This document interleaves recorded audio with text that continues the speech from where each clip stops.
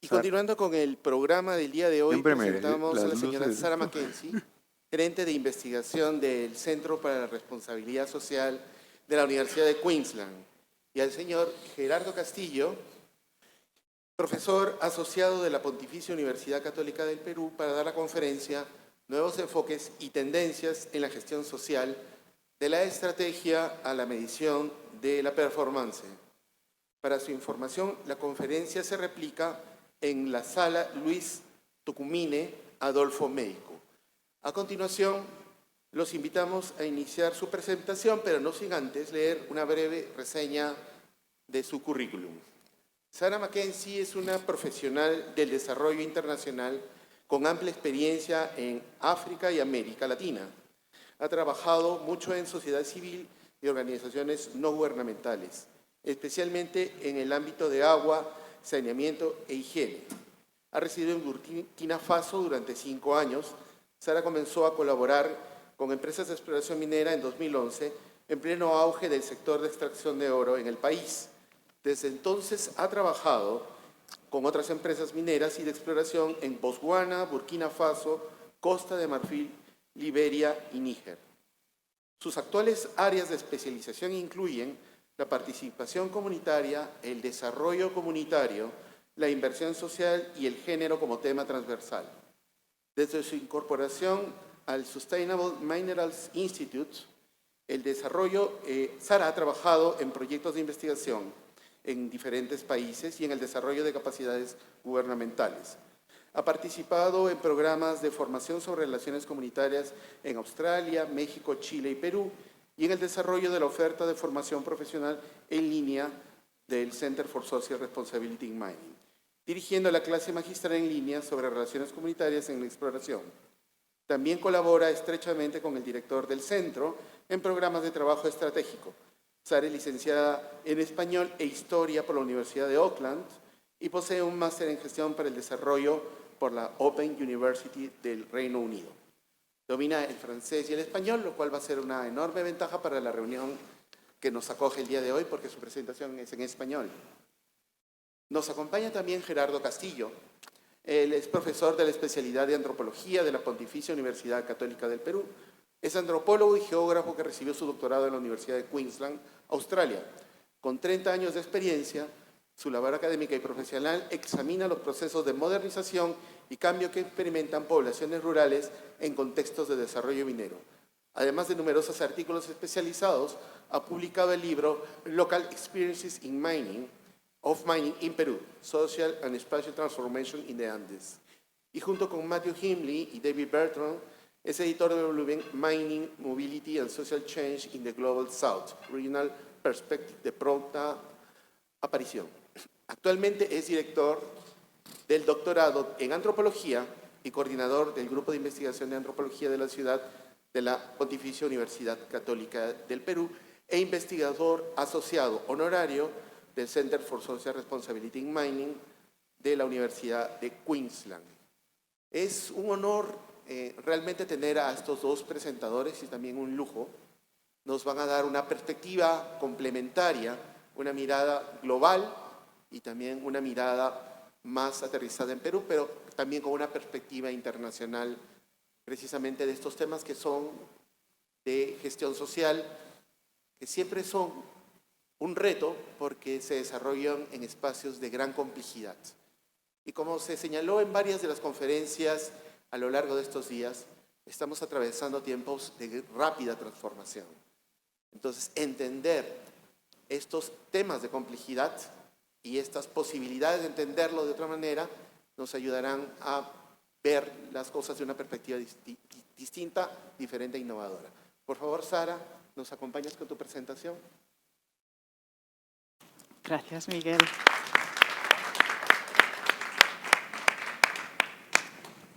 Muchas gracias, Miguel. Hola, bienvenidos a todos y a todas. Es un placer y un privilegio poder estar aquí con ustedes. Quería hablar hoy un poco del desempeño social y empiezo con una pregunta para continuar por toda la sesión, que es estamos listos para el futuro. Porque es un tema de creciente importancia en el sector minero.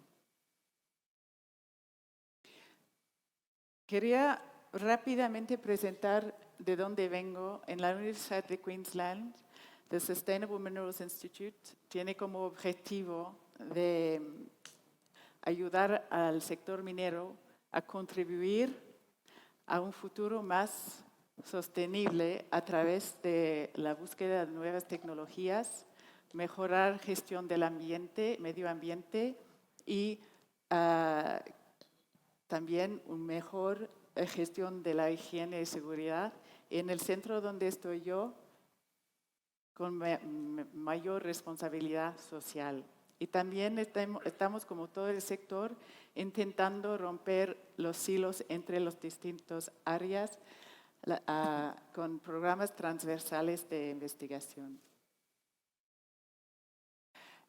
En nuestro centro tocamos todos los cambios culturales, sociales, económicos, políticos que surgen cuando entra en una región o una localidad la actividad minera. Y como pueden ver en la pantalla, hay muchos.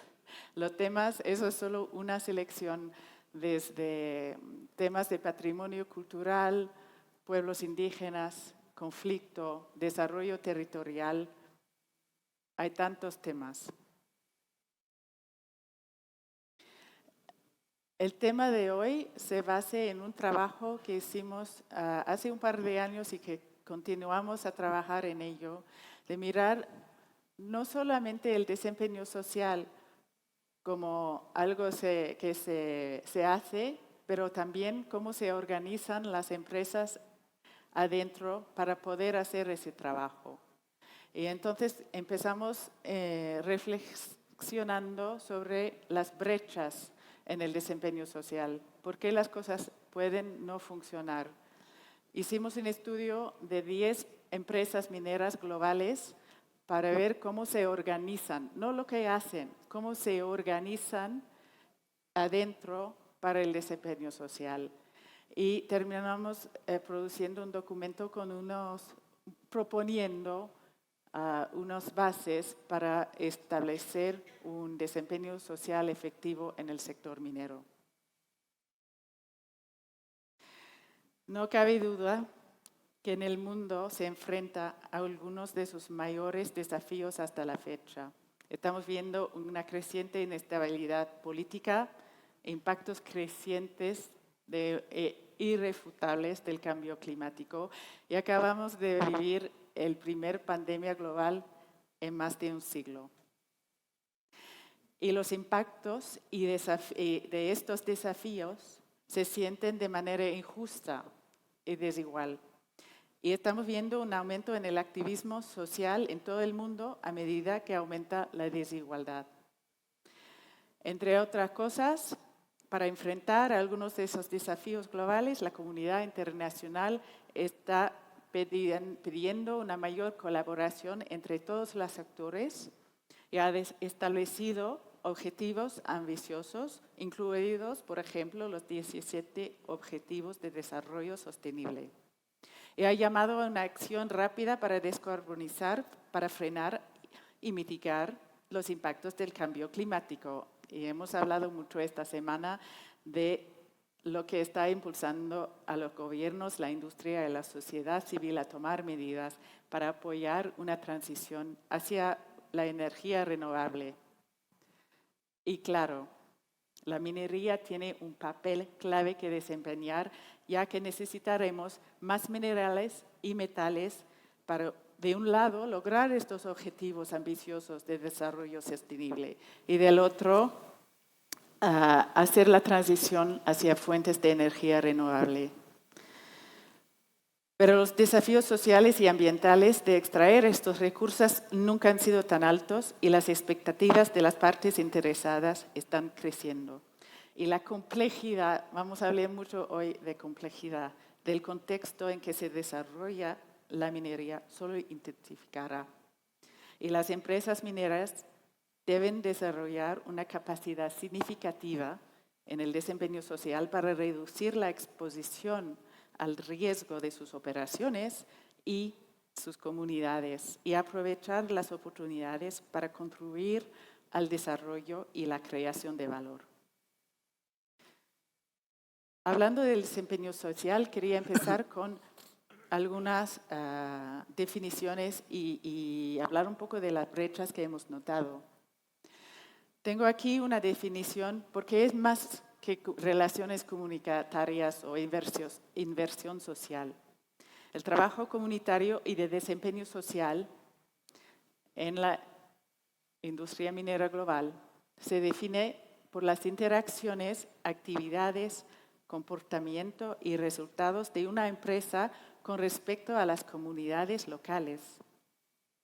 Se respalda con sistemas, datos y capacidades, alineándose con estándares internacionales y acuerdos y compromisos negociados localmente, con el doble objetivo de evitar daños a las personas y asegurar un entorno operativo estable en el cual las comunidades y las empresas pueden prosperar.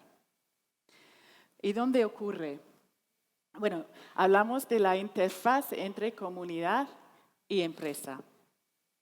Y en esa interfaz se encuentran todos los temas que hemos visto en los diapositivas anteriores. Aquí hay algunos, son muchos. Y todas estas cosas están pasando en las interacciones entre la mina y la empresa. Pero no están solos, claro, eso está ocurriendo en un contexto social, económico y político mucho más amplio y involucra a una larga gama de actores. Los impulsores, bueno, tenemos estándares e instrumentos internacionales. Siempre hay más, han ido creciendo mucho en los últimos 20 años para evaluar los riesgos y para los proyectos, los riesgos para los proyectos y las comunidades.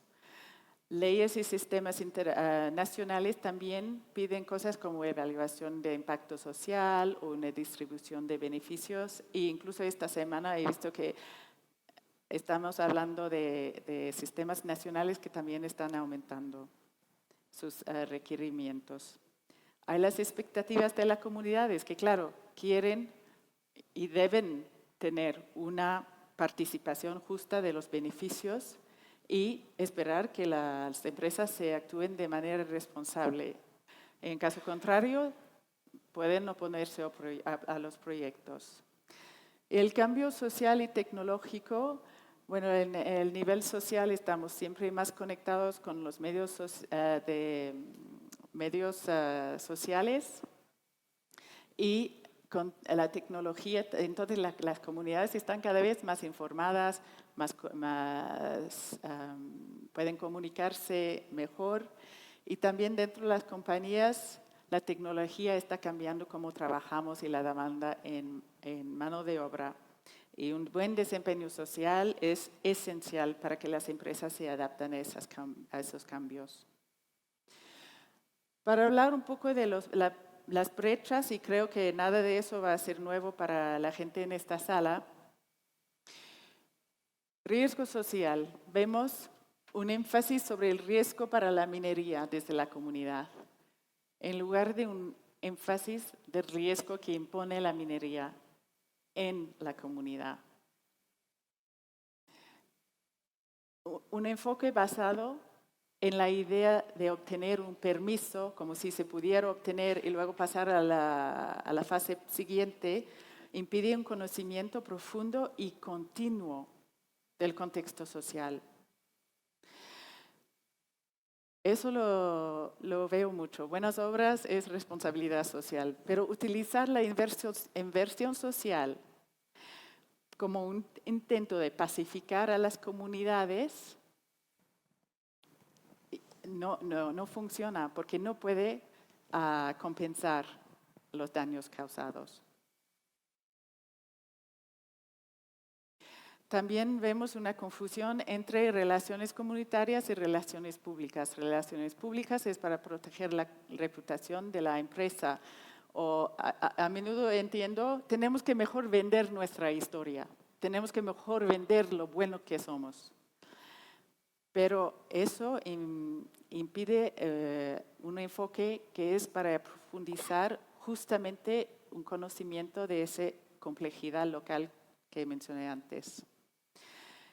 Y vemos que todo eso, el desempeño social, no está una función integrada en la compañía. ¿Cuántas veces vemos en los equipos de desempeño social que no estén involucrados en decisiones de planificación, de diseño, pero cuando estalla un conflicto, llaman al equipo de desempeño social para resolver el problema?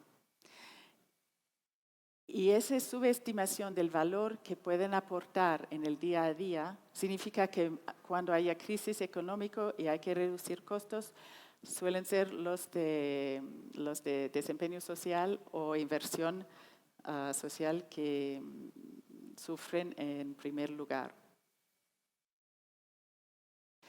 Entonces, ¿qué hacer? Como que, sobre todo en tiempos de crisis, los equipos de desempeño social nos deben disminuir. De hecho, debemos reconsiderar cómo percibimos el desempeño social, las capacidades que tenemos que tener y tener desarrolladas dentro de la compañía y cómo se integra en la estructura. Bueno, el desempeño social es un área técnicamente capaz como cualquier otra. Es parte integral de la empresa y el personal que trabaja posee una educación, experiencia, capacidades y competencias muy específicas y de gran importancia para la empresa, que deben ser reconocidas e integradas. Y podemos identificar 4 elementos fundamentales de esta función de desempeño social técnicamente competente.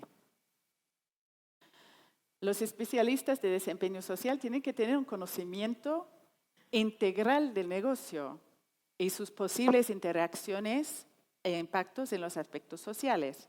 Por ejemplo, la oferta y la demanda. Aquí tengo algunos que se encuentran en el documento que mencioné al principio. Hay más.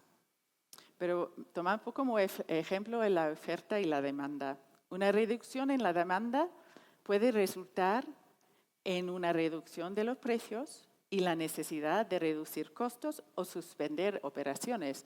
Eso va a tener un impacto directo en el empleo local o los proveedores locales que sufrirán las consecuencias. Las nuevas tecnologías. Hablamos mucho sobre el impacto que pueden tener las nuevas tecnologías como la automatización en el empleo local. Pero hay muchos más. Por ejemplo, las tecnologías de teledetección o dispositivos personales que se puede llevar puesto están recoltando cada vez más información sobre el territorio, las personas, incluso datos personales. Y la planificación, que debe ser una actividad que involucre a todas las áreas de la empresa. Los equipos de desempeño social deben entender los riesgos y los costos de las distintas opciones de diseño y contribuir los datos sociales que también deben ser parte de este proceso multidisciplinario. Y hablando del ciclo minero, claro, las distintas fases afectarán a las comunidades de distintas maneras. Y el personal de desempeño social debe ser capaz de entender las variaciones a lo largo del tiempo para ayudar a comprender y a prevenir impactos potenciales y comunicarse de manera transparente con las comunidades. Son solamente algunos ejemplos. Son especialistas, pero uno no se puede ser especialista en todo. Esos son algunos de los temas que hemos visto que tratan las áreas de desempeño social. En Australia, si está trabajando en una mina en Australia, es muy poco probable que se necesite competencias en minería artesanal. Pero, por ejemplo, enfrentar temas como patrimonio cultural o desarrollo territorial sin especialistas sería problemático para la empresa. Y claro, son especialistas en desempeño social, son expertos con habilidades técnicas en su campo y se apoyan en conocimiento y datos técnicos y utilizan métodos de las ciencias sociales para enfrentar la gran variedad de temas que vimos en los diapositivos anteriores.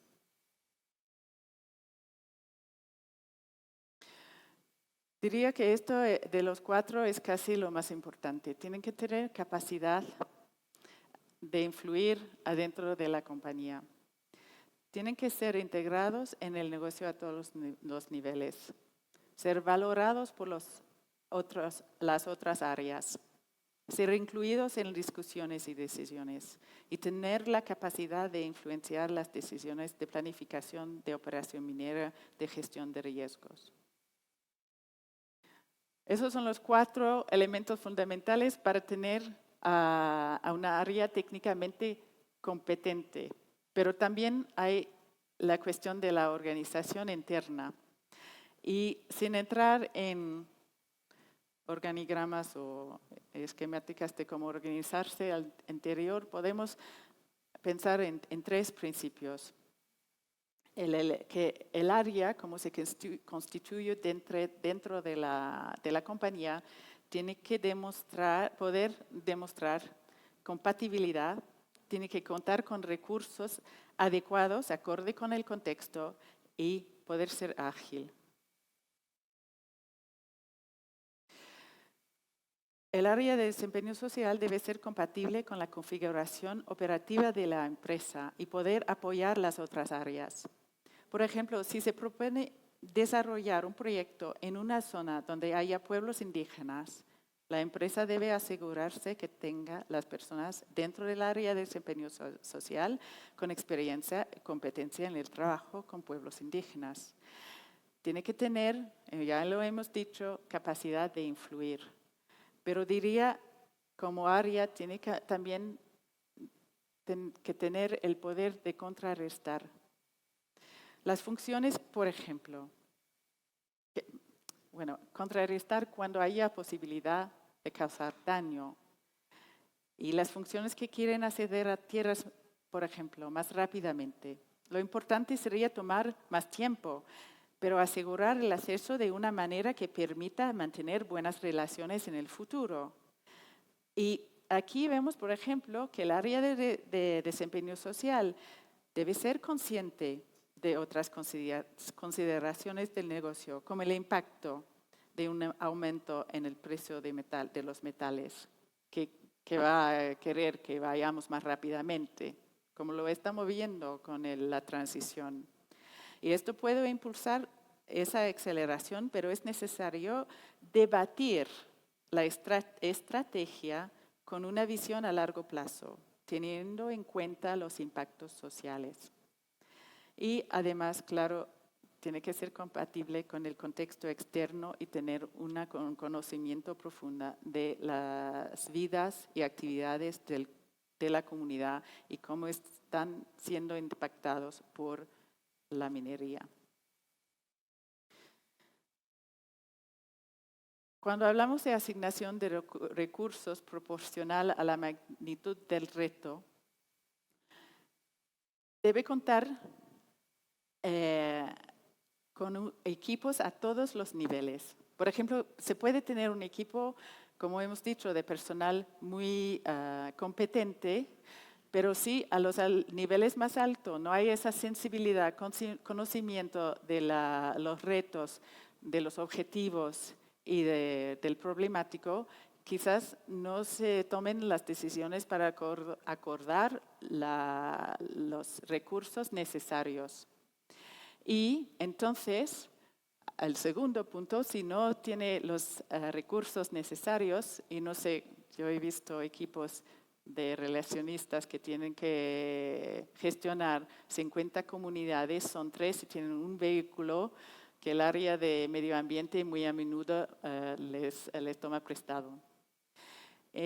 O, por ejemplo, la inversión en los estudios necesarios para recoltar los datos que van a permitir las decisiones.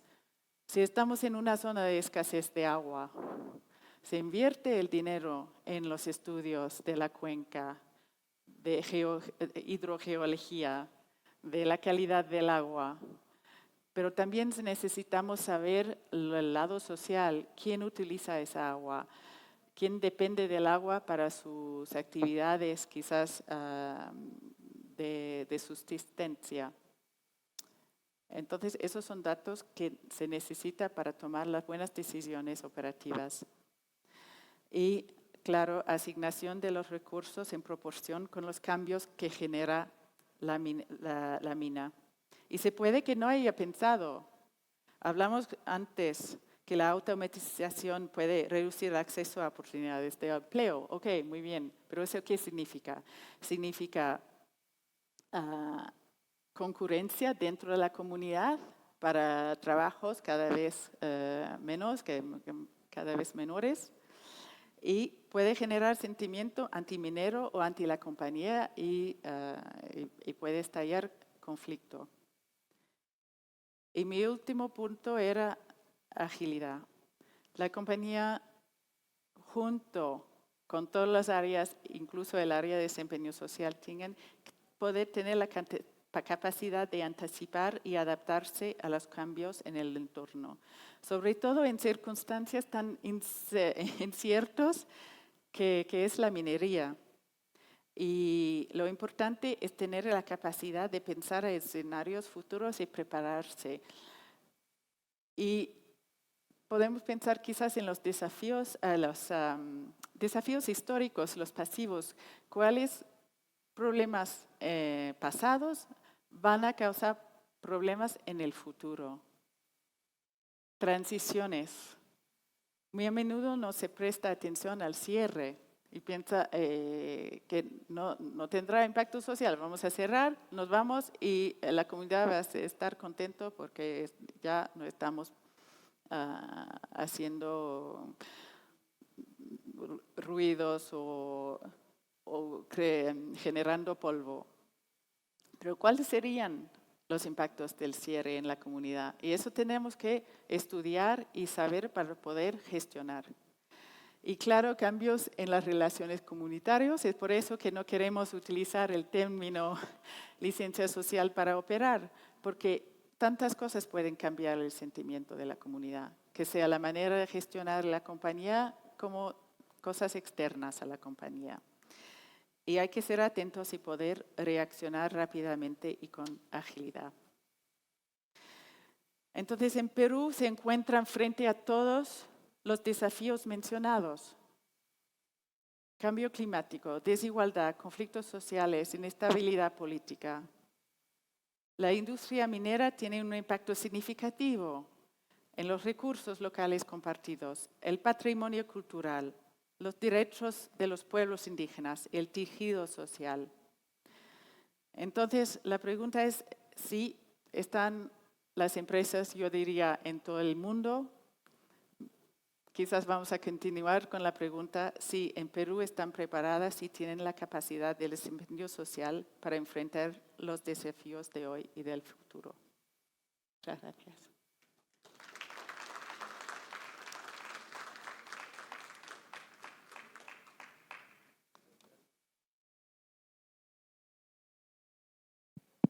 Muchas gracias, Sara. Importantes reflexiones. A continuación viene Gerardo Castillo. Quisiera indicarles que los que tienen alguna pregunta, por favor, levanten la mano. Les van a alcanzar un papel para que puedan indicar la pregunta y a quién va dirigida también. Entonces, en cualquier momento, por favor, levanten la mano para poder tener la posibilidad de captar la mayor cantidad de preguntas posibles. Yo las leeré, si son pocas, las leo tal cual, si son muchas, las resumiré. Disculparán si me tomo alguna licencia con la finalidad de que los expositores puedan responderlas. Por favor, Gerardo. Muchísimas gracias, Miguel, aunque es casi de perogrullo, pues, decir que es un placer. Es realmente un enorme placer estar hoy día. Los primeros Perumín yo estaba del lado de allá. Hace unos años estuve en el centro moderando y ahora estoy de este lado. Imagino que después volveré y cerraré el círculo y iré al otro lado. Pero además es un placer ver rostros y caras conocidas de personas que admiro muchísimo como personas y como profesionales. Y evidentemente ser parte de esta mesa con Sara Mackenzie y Miguel Cervantes es, como lo dice Sara, un privilegio. Yo voy a leer para primero no improvisar malamente y después cumplir con los minutos que tengo asignados. Perfecto. Si bien la actividad minera se desarrolla también en otros escenarios, ¿no? Ahora la minería urbana y la minería en el fondo marino, ella se lleva en verdad mayormente en territorios de sociedades rurales relativamente alejados de grandes centros urbanos. No obstante, es necesario revisar esta afirmación de cara a profundos cambios en la forma en que espacios y personas se estructuran y relacionan en la actualidad, ¿no? Como muy bien ha señalado Sara, es crucial para el sector comprender la complejidad existente y de adaptarse con agilidad. Y en esta conversación de esta mañana quiero compartir brevemente algunas ideas sobre 3 procesos de cambio en sociedades rurales que considero cruciales por sus implicaciones para el desarrollo minero. Estas reflexiones son productos de mi experiencia con varios proyectos mineros, una suerte de disclaimer, en especial con el proyecto minero de cobre La Granja en Cajamarca, de mi labor como autor en una reciente publicación que he realizado junto con mis colegas Matthew Hilney de la Universidad de Illinois y David Brereton, un viejo conocido nuestro de la Universidad de Queensland. Una primera constatación que realizamos es la enorme fluidez entre espacios rurales y espacios urbanos, que torna imposible el concebirlos como mundos con lógicas separadas. En esta fluidez espacial, las personas desarrollan complejos patrones de movilidad ligados a la minería. Así, los estudios, discúlpenme, creo que estaba en una anterior, me dicen que... Es lo que ves ahí.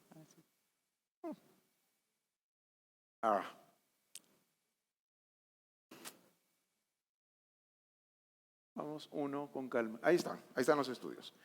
Los estudios muestran la formación de flujos de llegada, es decir, un significativo número de personas que migran hacia regiones mineras desde zonas agrarias que sufren el rápido deterioro de sus condiciones de vida. Ingresos decrecientes, servicios limitados, escasez de tierra, impactos por el cambio climático, como actualmente lo estamos viviendo en el sur andino, ¿no? Sin embargo, buena parte de las personas no migran con la idea de emplearse directamente en un proyecto minero. Lo hacen para emplearse en la provisión de bienes y servicios, alojamientos, bares, restaurantes, pequeños negocios, etcétera, ¿no? Además, con la idea de tener acceso a mejores servicios, como escuelas y hospitales, y utilizar laxos lazos de parentesco para procurar obtener compensaciones. También existe un importante desarrollo de flujos circulares. Por ejemplo, los movimientos que realizan las personas entre localidades mineras y sus localidades de origen, tanto como trabajadores estacionales, que es la figura del campesino minero, o como trabajadores que al jubilarse del empleo minero regresan a sus localidades. También se encuentran los flujos de trabajadores bajo los esquemas de commuting y de fly-in, fly-out, ¿no? Y los flujos itinerantes que realizan mineros artesanales y legales siguiendo nuevos sitios aluviales. Asimismo, tenemos los flujos de expulsión. La evidencia muestra que la dirección, la intensidad y la frecuencia de la movilidad dependen en buena medida del ciclo de vida del proyecto. En el país, tras décadas de actividad, urge comprender las dinámicas que se producen en la fase de cierre de minas. Estos procesos de movilidad conducen a balances demográficos con profundas implicaciones, señores.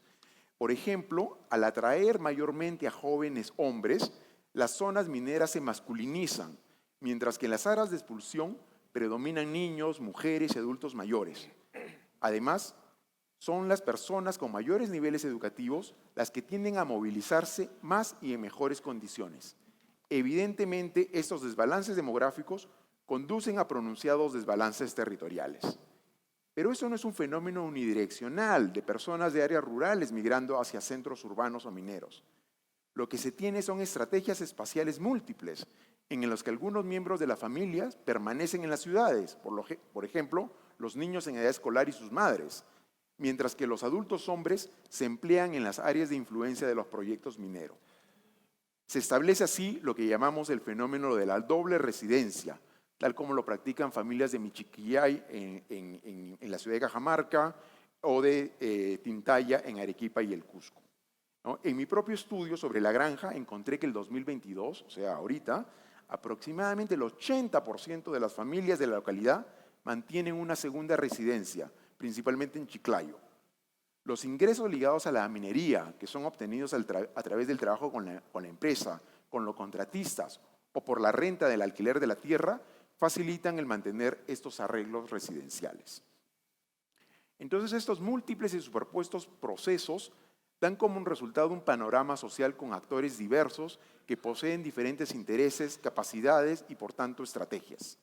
Por ejemplo, es evidente que las necesidades, intereses, expectativas y estrategias de hombres y mujeres mayores que viven en la comunidad de Michiquillay serán muy diferentes a las que han desarrollado sus parientes jóvenes que residen en la ciudad de Cajamarca. En este conjunto de gran fluidez, la reproducción económica de las localidades rurales se logra más allá de sus territorios. Así, buena parte de los ingresos de las familias rurales son logrados mediante actividades productivas no agropecuarias. Por ejemplo, hombres empleados en construcción civil o mujeres empleadas en microcomercio. Es decir, ante situaciones de carestía como la que experimentan muchas familias rurales, una estrategia es el de producir bienes agropecuarios para el consumo y buscar simultáneamente otras fuentes de ingreso que les permitan subsistir. En el país, esto es un dato del Banco Mundial que, a propósito, dificilísimo de conseguir, eso es una de las necesidades de datos que tenemos, aproximadamente el 45% de los ingresos de las familias rurales proviene de fuentes no agropecuarias. Finalmente, los estudios muestran que en áreas mineras la productividad agropecuaria cae.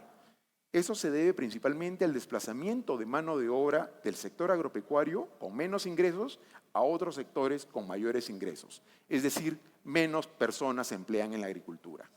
No obstante, ello no conduce necesariamente a que el valor de la tierra disminuya. Antes bien, en muchos casos, el precio aumenta. Lo que se produce es un desplazamiento del valor de uso, es decir, la tierra para producir, a valor de cambio. Tierra como mercancía para ser comercializada con compañías mineras, con el Estado o con otros pobladores en un contexto de rápida urbanización. Y entonces uno se preguntará, como muy bien lo ha hecho Sara, ¿qué hacer en estas situaciones? Yo voy a dar algunas pistas, ¿no? El primer punto, aunque parezca obvio, es el reconocer de la complejidad del problema. A weak problem, tal como Rittel y Weber de la Universidad de Berkeley lo concibieron y David Barrington lo adaptó para estudiar África. Un problema complejo involucra a muchas personas de diferentes procedencias y características socioeconómicas y a diferentes actores, ¿no? Mineros informales, comerciantes, personal de seguridad, etcétera, los cuales están influenciados por diferentes factores. Los problemas complejos no tienen solución en términos absolutos. Simplemente vamos a encontrar algunas soluciones mejores que otras y estas van a ser temporales. Lo que hace un problema complejo es que su causalidad se encuentra entrecruzada con otras y que ella es además expresión de causas mucho más profundas, ¿no? Por ejemplo, ecosistemas degradados que funcionan como factor de expulsión de miles de personas. Esta situación es particularmente apremiante en el sector minero, por cuanto los problemas a los que nos enfrentamos van más allá de las responsabilidades y capacidades de un solo actor. Reconocer esta complejidad y sus limitaciones de manejo nos debe llevar a la necesidad de colaborar con otros actores. Sin embargo, identificar que un problema es complejo no nos debe llevar a la inacción. Ello debe servir como un recordatorio de la necesidad de invertir esfuerzos en comprender las complejidades causales subyacentes, ¿no? Y aquí propongo algunos ejemplos de a dónde ir. Uno, elaborar líneas base y estudios de seguimiento para mapear procesos de movilidad, composición demográfica y cambios productivos. Evidentemente, el establecer un sistema apropiado de recolección de datos requiere de recursos, como lo ha mostrado Sara, humanos, técnicos y financieros. Sin embargo, por su propio interés, es crucial que el Estado y el gremio minero, discúlpeme, realicen estos estudios y elaboren dichos sistemas para comprender mejor la manera en que las dinámicas sociales en zonas mineras se desarrollan. Segundo, enfocarse en las personas que se movilizan y no únicamente en los territorios. El centrarse en las personas y sus redes sociales y de parentesco, antes que los territorios, comunidades de análisis, proporciona una mejor comprensión de la relación entre desarrollo minero y cambio social. Un ejemplo, si se miden datos únicamente en territorios de áreas mineras, por ejemplo un distrito, se puede concluir que los indicadores de vivienda, por ejemplo número de habitaciones o conexión al sistema de agua y desagüe, no han mejorado. Sin embargo, si se siguen a las familias, se podrá observar que en muchas ocasiones ellas han realizado importantes mejoras en sus viviendas, pero no en las localidades de origen, sino en las ciudades donde han establecido la segunda residencia. Así, en general, podríamos ver que su calidad de vida ha mejorado. Entonces, la pregunta que debemos hacernos es ¿qué nos interesa medir? ¿Los territorios o las personas?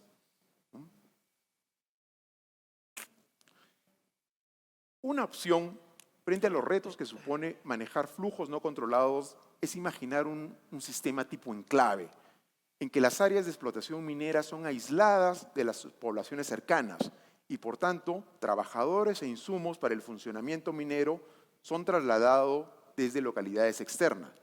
Y ciertamente en el 2009, en respuesta a la preocupación por los impactos de la migración inducida por la actividad minera, la Corporación Financiera Internacional produjo un documento para enfrentar estos riesgos.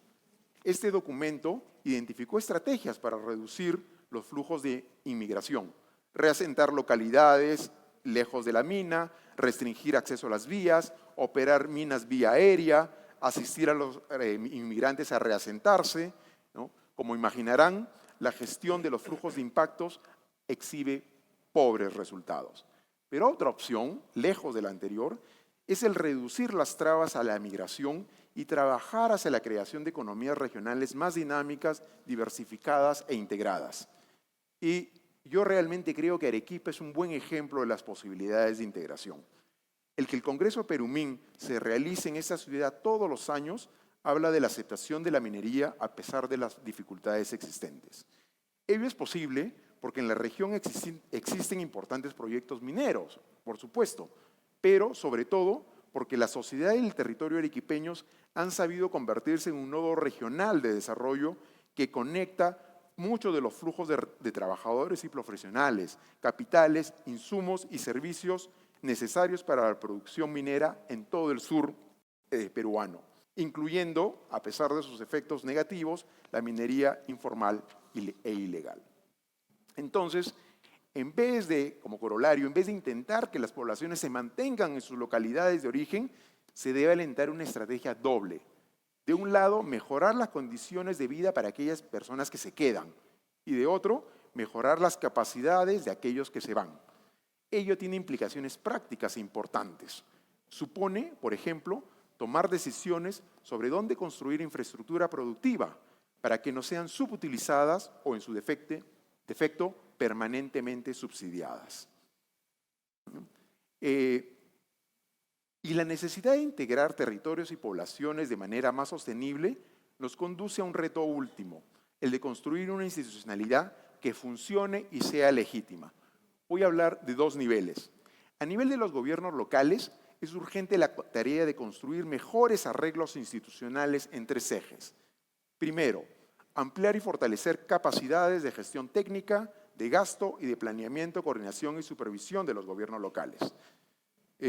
Venimos hablando de ello por lo menos 2 décadas y las carencias son aún alarmantes.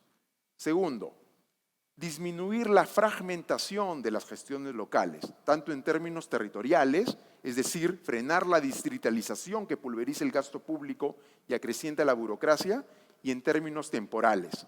Esto último implica desalentar la revocatoria de gestiones elegidas y promover la reelección de autoridades. Se necesita tiempo y predictibilidad para poder diseñar e implementar políticas públicas de mediano plazo. Y tercero, combatir frontalmente la corrupción. Los estudios muestran que no hay nada que quiebre tanto los arreglos institucionales legítimos como la corrupción. Ello debido a que si el arreglo institucional se caracteriza por su predictibilidad, es decir, ante determinadas condiciones debería haber un resultado similar, y por su accesibilidad, es decir, bajo ciertos criterios todos tenemos la oportunidad de acceder a dicho arreglo, los sistemas corruptos se caracterizan por el contrario, por la discrecionalidad, es decir, situaciones similares, resultados diferentes, y por la selectividad, solo algunos privilegiados acceden. A nivel de las organizaciones de base, es necesario mejorar los niveles de representatividad y legitimidad.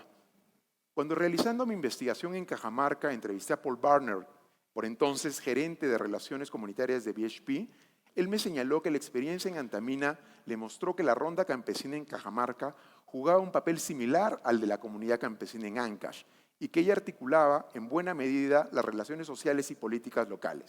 En otras palabras, para establecer un relacionamiento duradero se necesitan de interlocutores colectivos válidos, es decir, aquellos en que las personas se encuentran reconocidas, es el tema de la representatividad, y cuyos acuerdos los consideren válidos y justos, que es el tema de la legitimidad. Para asegurar mejores niveles de representatividad, por ejemplo, algunas empresas están promoviendo la inclusión de mujeres en organizaciones de base, como las juntas comunales. Finalmente, debemos reconocer que la existencia de un Estado débil o ausente no necesariamente equivale a la inexistencia de mecanismos de gobernanza. En algunos casos, las autoridades tradicionales locales gestionan las actividades mineras artesanales e informales a través de arreglos institucionales con mineros para mitigar los impactos de los flujos migratorios y para asegurar que los propietarios locales de la tierra obtengan beneficios económicos. Y este es el caso del Tombo Lomá, estudiada por Ana de Sertán para el caso de minería de oro artesanal en Guinea. Esta institución no cuestiona los derechos tradicionales sobre la propiedad de la tierra, pero permite que la actividad minera se lleve a cabo durante un marco temporal de administración de derechos. Así, en zonas históricamente mineras, las familias propietarias de la tierra no pueden oponerse a la minería en sus parcelas, pero a cambio reciben compensaciones que son manejadas por esta institución, el Tombo Lomá, y que en parte contribuye al desarrollo local a través de infraestructura. Debemos tener en cuenta que muchos de estos mecanismos locales, que no siempre conducen a las mejores soluciones de largo plazo, por cierto, adquieren importancia ante la ausencia de un Estado que logre cubrir satisfactoriamente servicios básicos de educación, salud, vivienda y seguridad para amplias mayorías, de promover oportunidades económicas inclusivas y de calidad, a la par de asegurar de manera legítima el imperio de la ley. Es decir, estos arreglos institucionales tienden a producirse en lo que llamamos una gobernanza híbrida. Y con frecuencia, mea culpa, desde la antropología hemos considerado estas formas híbridas de gobernanza como un arreglo virtuoso, a medio camino entre la legalidad y la formalidad estatal y la eficacia y la legitimidad de instituciones tradicionales locales. No obstante, en muchas ocasiones esta hibridez no se produce con formas institucionales tradicionales, una comunidad campesina, por ejemplo, sino con arreglos ilegales, tala ilegal de madera, pesca negra, minería ilegal, narcotráfico, trata de personas, etc. La gobernanza híbrida no es un arreglo excepcional y transitorio que conduce a la formalización e institucionalización de las reglas, sino que es una forma que conecta lo legal con lo ilegal, que tiende a perpetuarse y a descomponer el tejido social y político. Y evidentemente, como podrán imaginar, ninguna de las estrategias de gestión para estos retos es fácil de diseñar colectivamente y menos aún de implementar y que perduren en el tiempo. Si fueran fáciles, evidentemente ya habrían sido diseñadas e implementadas. Sin embargo, enfrentar estos retos es un imperativo, como sector minero, pero también como país. Muchísimas gracias. Muchas gracias, Gerardo.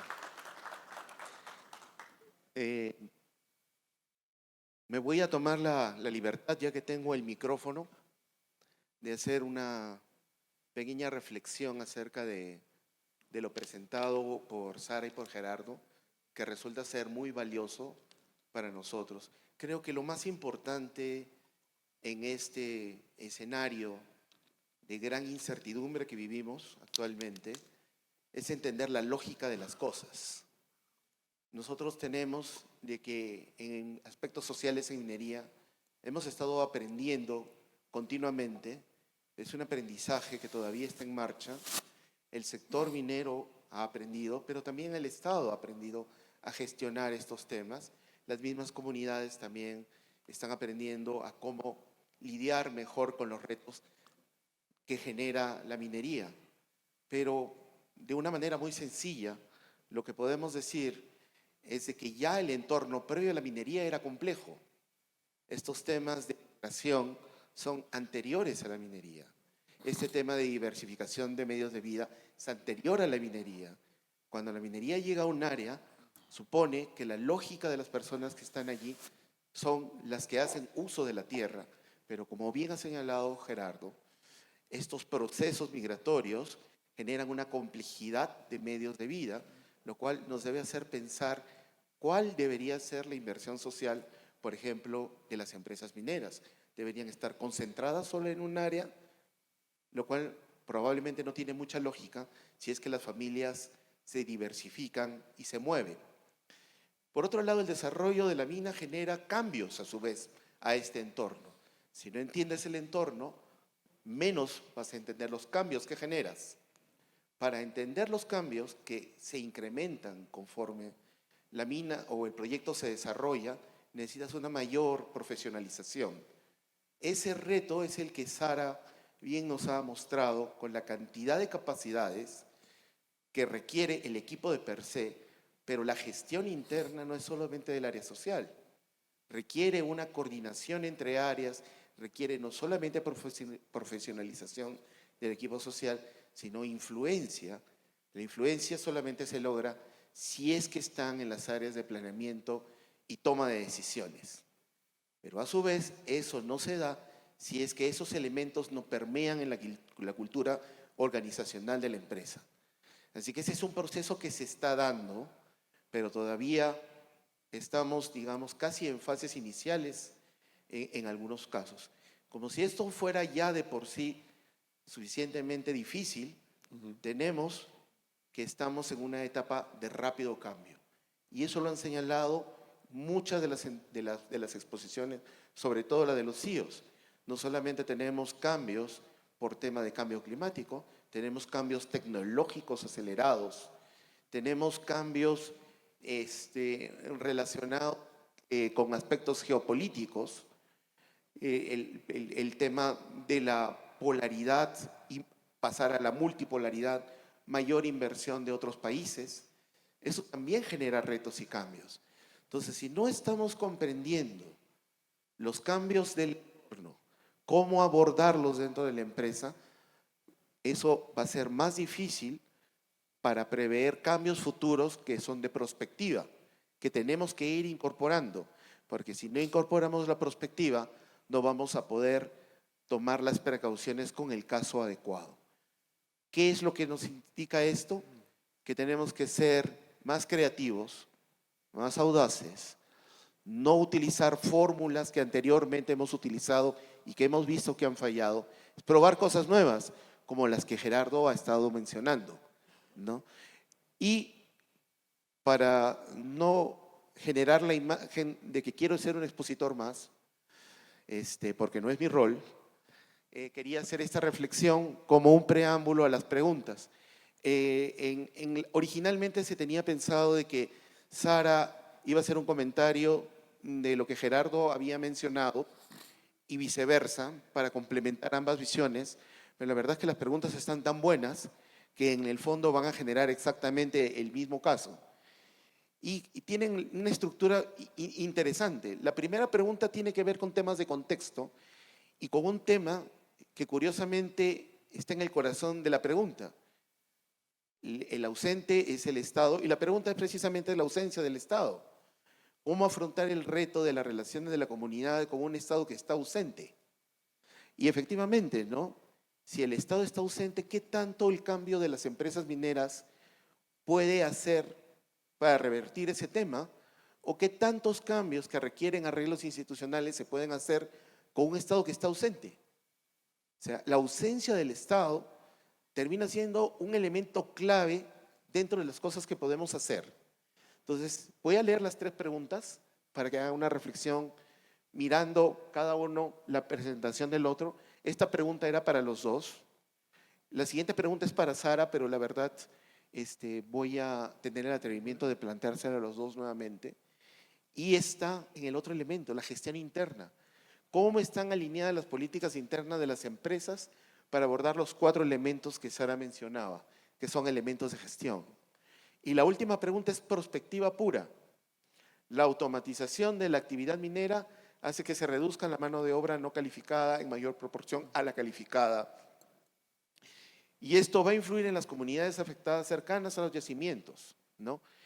¿Qué estrategias se pueden tomar a futuro? Efectivamente, la automatización, la idea es que va a maximizar la reducción, va a maximizar la eficiencia y eso va a incluir una reducción de mano de obra. Curiosamente tiene sentido dentro del mundo de la minería, porque a mayor automatización, menores problemas de safety vas a tener. Entonces tiene no un tema de eficiencia, sino también tiene un aspecto positivo. Sabemos que safety dentro de la minería es un aspecto crítico, o sea, pero tiene un impacto social potencial importante. Entonces, por favor, Sara, si en un minuto y medio puedes contestar esto, ya me robé tu tiempo, disculpa, y Gerardo también, porque de acá tenemos otra presentación, una reflexión rápida. Tu micrófono está activado y el de Gerardo también. Gracias. Yo creo que las preguntas nunca iban a ser fáciles aquí, porque no hay respuestas fáciles. Y la ausencia del Estado lo vemos en muchos de los países y jurisdicciones mineras, porque en África, donde he trabajado yo, también hay muy a menudo una ausencia del Estado al nivel local y nacional. Entonces, es como para cada complejidad que tiene que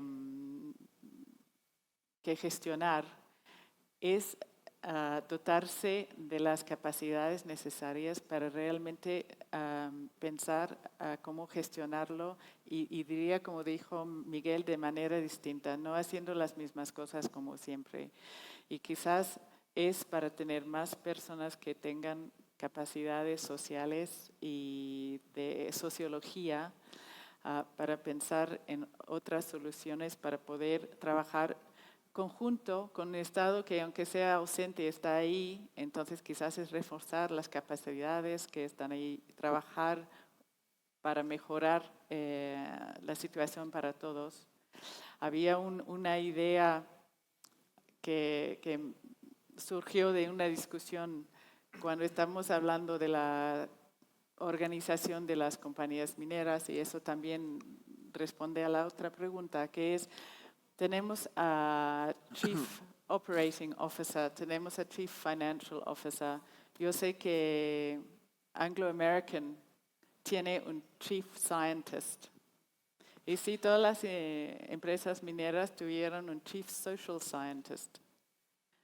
Tener realmente gente desde el más alto nivel hacia abajo para trabajar juntos, para justamente pensar de otra manera, para encontrar soluciones a estos contextos que no se van a resolver fácilmente, entonces vamos a tener que trabajar con ellos. Gracias, Sara. Gerardo. Muchas gracias, Miguel, y gracias a los que han lanzado realmente preguntas cruciales. No me voy a ir, que tengo muy poco tiempo, con una reflexión final sobre el tema del Estado. No, sin, evidentemente no negar completamente, pero yo matizaría el tema de la ausencia del Estado. En verdad, no es tanto que el Estado esté ausente. Si lo pensamos en el Perú, la mayor presencia en casi cada una de las localidades que existen en centros menores, hay un representante del Estado a través del Ministerio de Educación, ¿no? Maestros, ¿no? Entonces, más que, o en los casos en el África, en casi todos los casos de minería informal hay Fuerzas Armadas implicadas la mayoría de veces en casos de corrupción. Entonces, no es tanto la ausencia del Estado, sino la calidad de la relación con determinados órdenes institucionales que queremos. Eso es uno. No tanto que esté ausente, incluso bajo determinadas circunstancias el arreglo entre privados es más conveniente, podría ser más conveniente. Segundo, en la ciencia política clásica no es posible concebir una sociedad sin Estado. En la práctica lo estamos haciendo. La seguridad ya no es dominio legítimo del Estado. Entonces surgen rondas campesinas o grupos armados que proveen de seguridad en muchas partes de Colombia, México, y eso también se está entendiendo en el Perú. Y una última cosa, y ya estamos al borde, en antropología nos gusta más hablar de cuestiones en la práctica, no un estado en abstracto, sino cuáles son las relaciones que se están estableciendo con múltiples agentes estatales a diferentes niveles y que pueden ser además entre ellos no necesariamente coordinados. Gobiernos locales no necesariamente está alineado con el regional. Recuerden que los gobiernos regionales casi no tienen presencia en términos de partido en las elecciones locales, ¿no? Entonces pensemos a diferentes niveles, no es el Estado, son agentes representantes en diferentes niveles. Y eso es clave también, un reto evidentemente para las compañías mineras. Y con eso acabo, porque evidentemente no hay una superposición precisa, que eso sería el ideal, entre el territorio que necesitamos gestionar y la unidad político-administrativa. Entonces, por ejemplo, Antamina está relacionando desde hace buen tiempo, uno de los ejemplos que conozco, un trabajo interesantísimo con muchísimos gobiernos de esa integración regional que es parte de su área mayor de explotación y producción y comercialización o circulación hacia puerto, ¿no? Entonces tenemos que pensar en esos engranajes de integración regional y los diferentes actores que están involucrados.